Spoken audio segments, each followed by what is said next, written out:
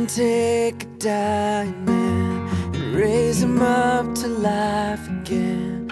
What can heal the wounded soul? What can make us white as snow? What can Alright, so we're going to be doing God Delivers the People, which, Chris, I don't know if you've been here when they've been doing this, but they've been doing God's story, which started basically with in the beginning, and it's just kind of working through the Bible. And that's the thing, is that God is the main figure. He's the main character of this book. It's not about any of the individual people. It's about God. Like if the Bible was made into a movie, or all of existence was made into a movie, God's the main character. The rest of us to just appear on the scene for a split second, and that's all we are. It's all about God's honor and glory. Okay, so that's kind of what this whole little lesson we've been going through for the next few weeks is about that. I think we're going to be on page 16 or 17 where we're at. Oh, I thought we were on 13. Let me see.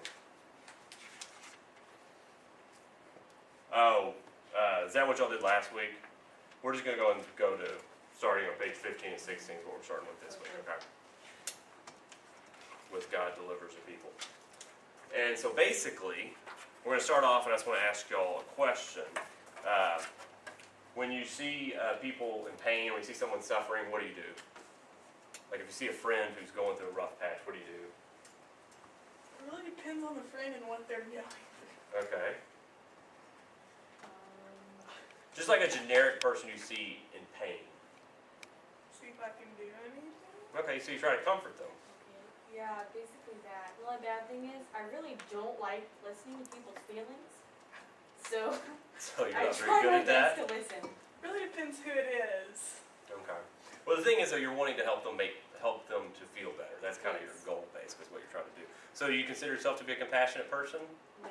No. Mm, I was gonna say with that last answer, I'm not so It depends sure. on the person. yeah. Okay, and that's very true. And that's the thing. We're supposed to be compassionate to everybody, but sometimes there are certain people that it's harder to be If compassionate it's like about. someone I don't like, I honestly really don't care. But if it's Okay, that's something we're gonna have to work on then. 'Cause that's, yeah, I know it's not easy because there's some people who aren't very lovable, but we're supposed to love even the Yeah, there's a unlovable. lot of people like that. But see, honestly, none of us are lovable when you really think about it.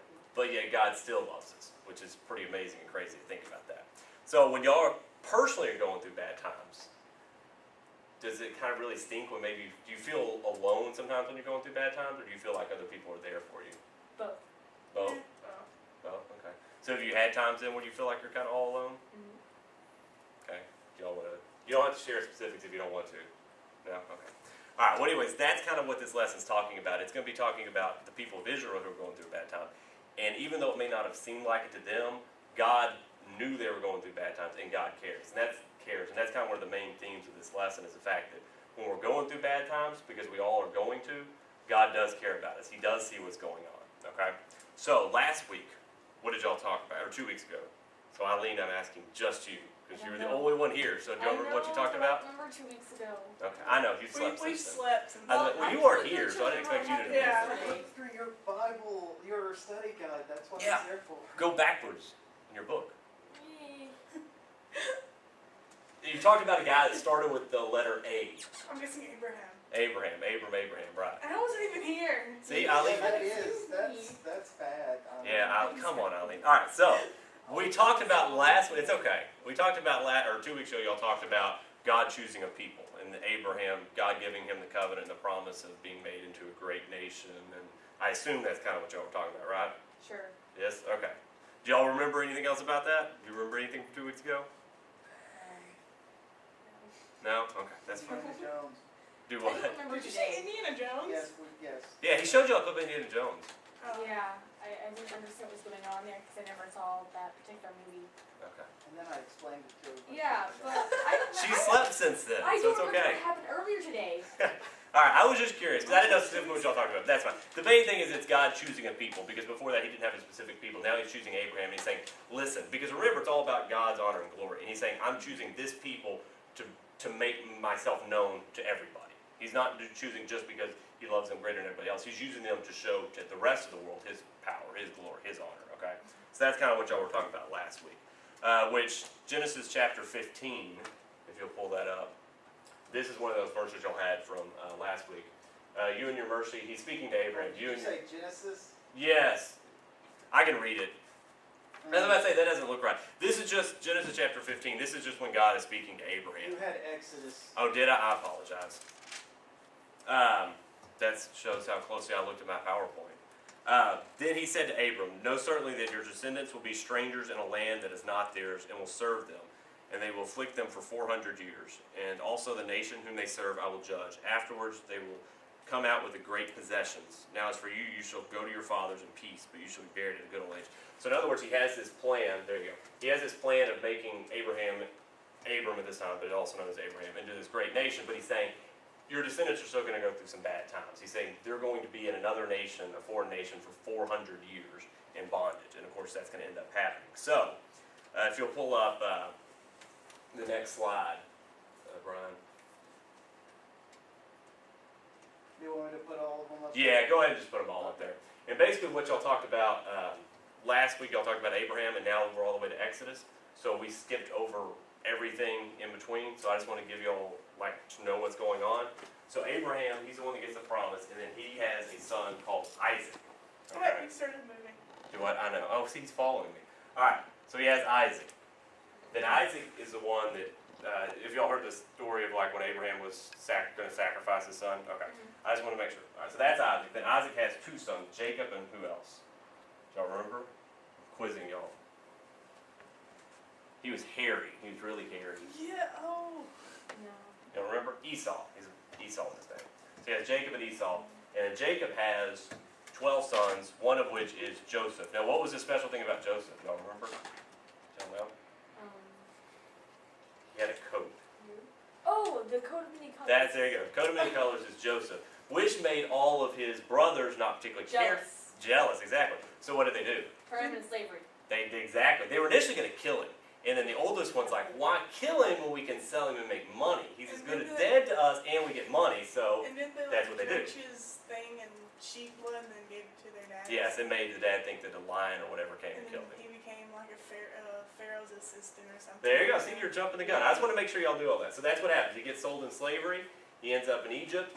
And he actually ends up in prison for a while. He gets accused of something he didn't really do. Ends up in prison. But while there, he interprets his guy's dream, okay? And the guy later gets out and he's working for Pharaoh, basically.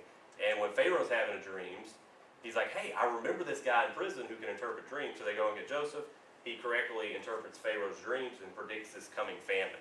And basically there were going to be 7 years of plenty, so they were supposed to store up all the crops they could, because after that it was going to be 7 years of famine. So they had to get prepared. And so that's what he does, and he basically saves all of Egypt because of this. All right. Because of that, there's a famine throughout the rest of the land. So Joseph's brothers still back up in Canaan, which is modern-day Israel. They're going through famine too. So everybody's coming to Egypt to get food because they're the ones that have food because of Joseph's interpreting the dream.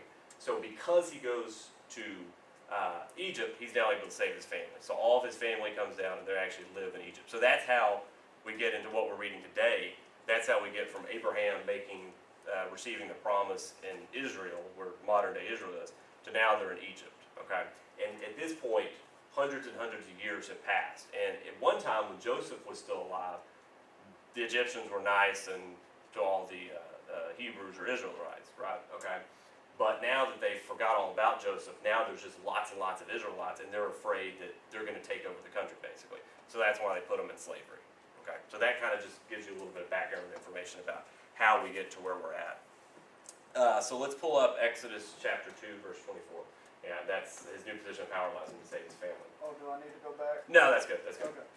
So now, this is God, and he says, so God heard their groaning, and God remembered his covenant with Abraham, with Isaac, and with Jacob. So 400 years they're in slavery, and they're crying out to God, and they're in pain, obviously, in slavery.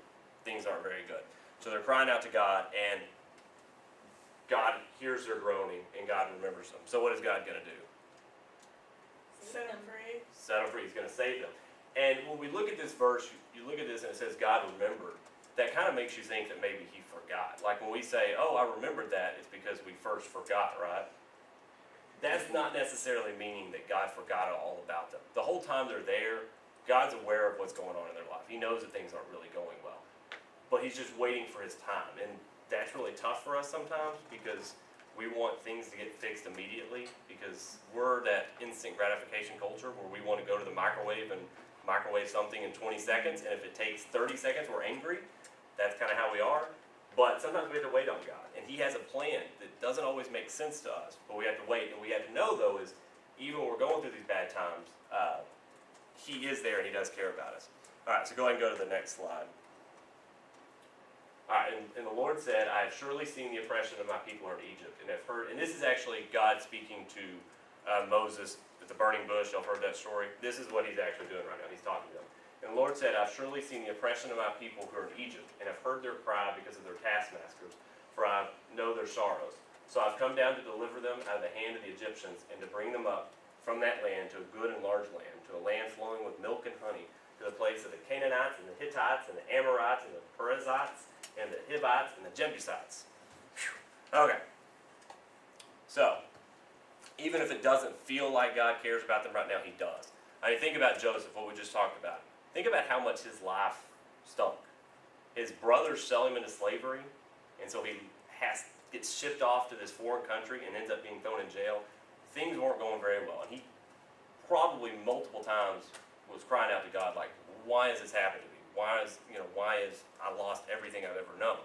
But because he went through that, that's the way in which God was able to save his whole family. And so sometimes when we're going through that stuff, it doesn't make sense, but God has a plan in which it's actually going to be better in the end. So we just got to trust in God. Have you all ever heard of a guy by the name of Paul?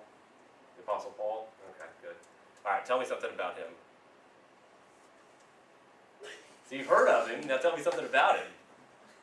Well, his name was Paul. His name was Paul. What else was he known as? Wait, was he the one that got changed to Saul? He was initially Saul, and then he Okay. became Paul. So you got the right guy, though. Yeah. That's good. Just the other way around. Yeah, just backwards. Yeah. Do you know anything else about I remember he used to prosecute Christians. There you go. He used to go persecute. He used to drag them out of their homes and beat them and kill them. And Yeah, That's fun us. person. so yeah, he's not a good guy. Yeah.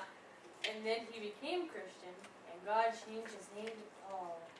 There you go. Exactly. And now he's one of the guys that writes most of the books in the New Testament, right? Sure. All right. Sure. Yes. I that's didn't what he know did. that. But now I do. All like the Corinthians, Thessalonians, Galatians, Ephesians, all that. Paul wrote all that. All right. So initially, as Eileen said, he's a bad guy and he's oppressing Christians. So Jesus appears to him. This is after Jesus has been crucified, resurrected, goes up to heaven, all that good stuff.